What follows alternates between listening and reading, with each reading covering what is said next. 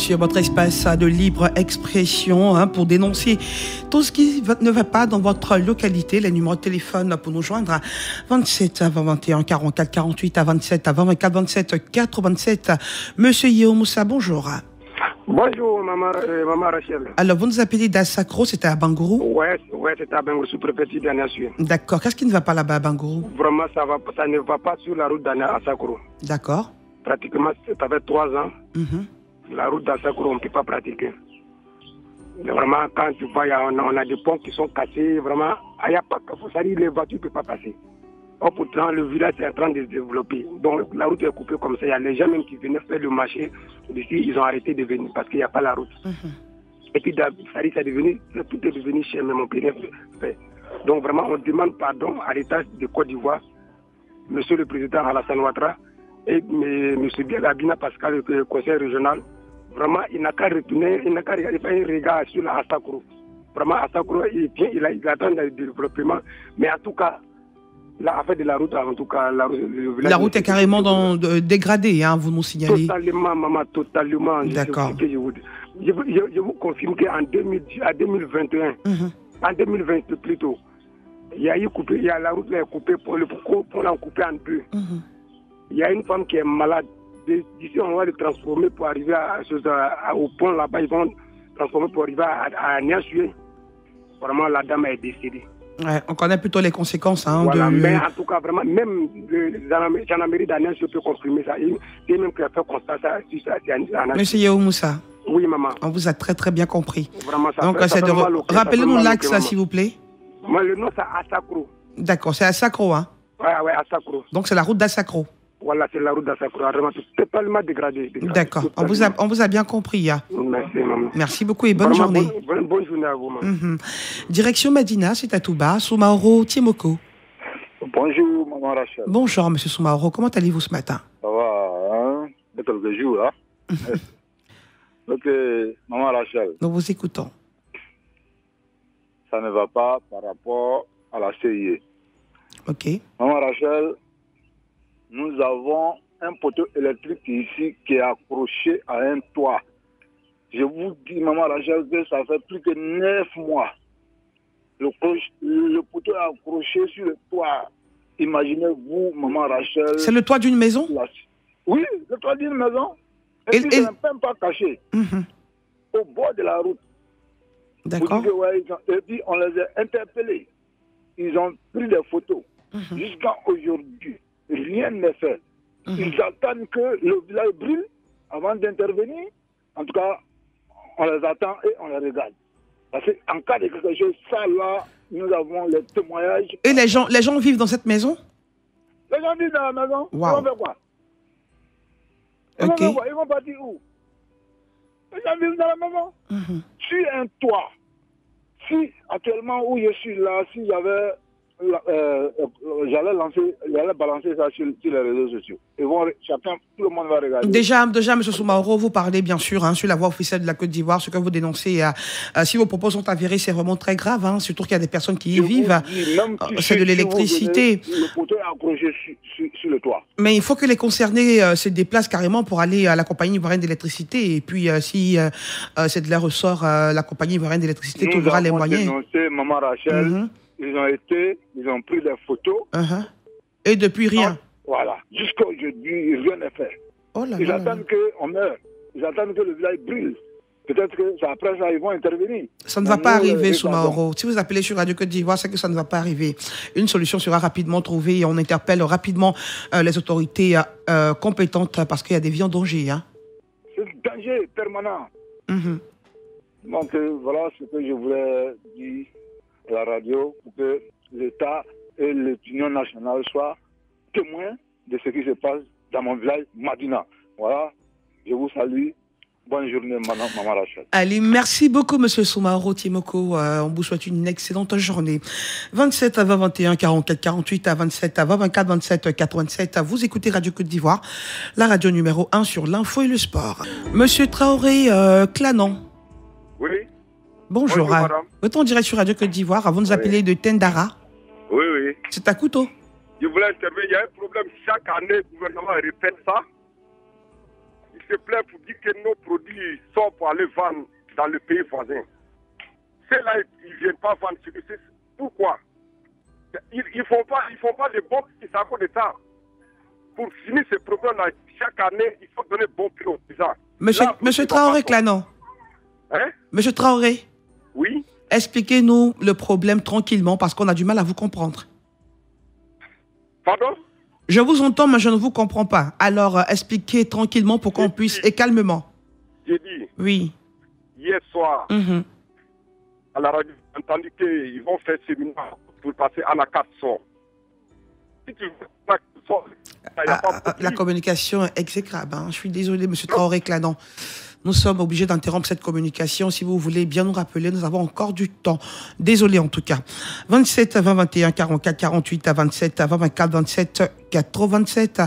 Aïssata Koulibaly est au standard, à Clémence Cole à la technique. Est-ce que je peux prendre à monsieur Bouan Denis? Bonjour. Bonjour.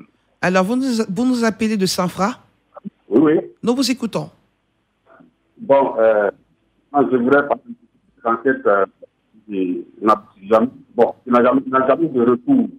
Bon, par exemple, lorsqu'il y a des incendies, on dit qu'il y a un incendie dans telle ville, dans telle localité, les enquêtes sont en cours. D'accord. Et encore, il y a tel problème, les enquêtes sont en cours. On n'a jamais le retour de cette enquête-là. Au moins, je le souhaite quand on dit les enquêtes sont en cours. Si les enquêtes ont abouti, qu'ils nous fassent parvenir le résultat. Il faut le retour de cette enquête-là. On en a besoin. Voilà, c'est très important, on en a besoin. Mais ça n'a jamais été le cas. Voilà. Vous parlez de quelle affaire en particulier? Vous parlez de quelle affaire en particulier? De manière générale, hein, c'est de manière générale. À la télévision, voilà, à la télévision, voilà, on écoute, et ça dit dans tel côté, il se dit, bon, les immeubles qui s'écroulent, par exemple, les enquêtes sont en cours. Tel problème, les enquêtes sont en cours. Bon, moi, il faut que les enquêtes vous disent, ils nous fassent le retour. Ah, voilà, on a fait les enquêtes, voilà, ce qui a causé cela, Donc, c'est ce que moi, je dis simplement. D'accord. Voilà. Donc, vraiment, c'est très important, on a besoin. On va dire les enquêtes sont en cours, et puis après, on ne va pas la suite. D'accord. Vous dites qu'il y a certaines enquêtes qui n'arrivent pas. On n'a pas de communication sur certaines affaires qui sont dans l'autorité publique. Voilà. Ok, d'accord. Donc, vous demandez aux autorités de mieux communiquer sur les affaires. La suite est laquelle, merci beaucoup. Bonne journée. D'accord, ok. Je récapitule pour savoir si j'ai bien compris, mais je pense qu'il a dit ce qu'il avait à dire. Monsieur Traoré Souleymane. Oui, madame, bonjour. Bonjour. Vous nous appelez d'Anokwa? Oui, c'est à Abobo. D'Anokwa, Sodesi. Vraiment, il y a presque 3 mois de cela, chaque soir, à partir de 20 ans, on a une coupure. Ok. Coupure d'électricité. Quand ils coupent à 20 h, ça peut venir vers 21 h. Après, les gars recoupent encore. Ça vient aux environs de 23 h. Donc, vraiment, nous interpellons la CIE qu'il fasse un effort. On ne peut même pas suivre le journal, on ne peut même pas se dire, on ne peut même pas bien suivre, alors qu'il faut se réveiller à partir de 4 h pour aller au travail. Donc, vraiment, ce n'est pas facile. Et puis, il y a vos appareils qui sont en danger aussi. Vraiment... Oui, allô? Il y a également les appareils qui sont en danger. On ne peut pas, le ventilateur ne marche pas, on ne peut pas dormir, on ne peut pas suivre le journal, on ne peut même pas suivre les matchs. Ça dure depuis combien de temps? Allô? Ça dure depuis combien de temps cette situation? Presque 3 mois maintenant. À Bobo? Oui, à Bobo, il y a un village, il y a un camp militaire derrière le village d'Anokwa, qu'on appelle Sodesi là. D'accord. Voilà, c'est là-bas. Tous les soirs, à partir de 20 h, vraiment, on souffre ici. Vraiment, on interpelle la CIE qu'il fasse un effort pour vraiment trouver une solution à ce problème-là. D'accord. Votre message est passé, monsieur Traoré Souleymane. Merci, madame. Vraiment, nous comptons sur Radio Côte d'Ivoire et sur vous. Merci beaucoup. Bonne journée à vous. D'accord, merci beaucoup. Merci, madame. Monsieur Damois Jérémy. Bonjour, maman Rachel. C'est tout le bonjour de Kofi Kro, à FEMA. Oui, ça va, Kofi Kro. Seulement que nous sollicitons à notre chère maman Marie Toukone, qu'elle dote Kofi Kro d'un collège de proximité.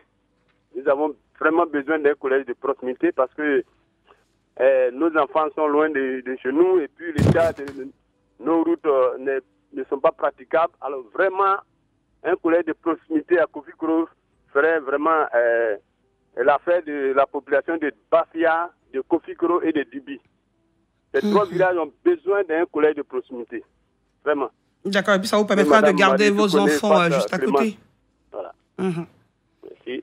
Merci beaucoup et ça vous permettra bien sûr de garder vos enfants juste à côté pour poursuivre l'éducation. Ok, ne sait-on jamais. Allez, merci beaucoup. Bonne journée, bonne émission. Merci. Voilà. Direction Umborola, Dioulasso. J'espère que je prononce bien. Bonjour à Baïkoro Abassa. Bonjour. Alors Baïkoro, nous vous écoutons. Qu'est-ce qui ne va pas dans votre localité? Oui. Madame, on dit la répétition pédagogique. Voilà. En Borla, Dioulasso, dans le département de Dabakala, on a besoin d'une ambulance dans notre centre de santé. Donc, on demande à l'État et à toutes les bonnes volontés. Vraiment, on souffert. Quand il y a l'urgence, vraiment, c'est pas facile pour nous. C'est un cas qui nous préoccupe beaucoup. Il y a des femmes enceintes, quand ils viennent accoucher, s'il y a un problème, vraiment, il faut chercher les 3 euros pour mettre la femme dedans, pour la évacuer vers Dabakala. Vraiment, ça, c'est pas joli à voir dans un pays comme la Côte d'Ivoire. Donc, on demande au président et au ministre de la Santé et à tous les bonnes volontés.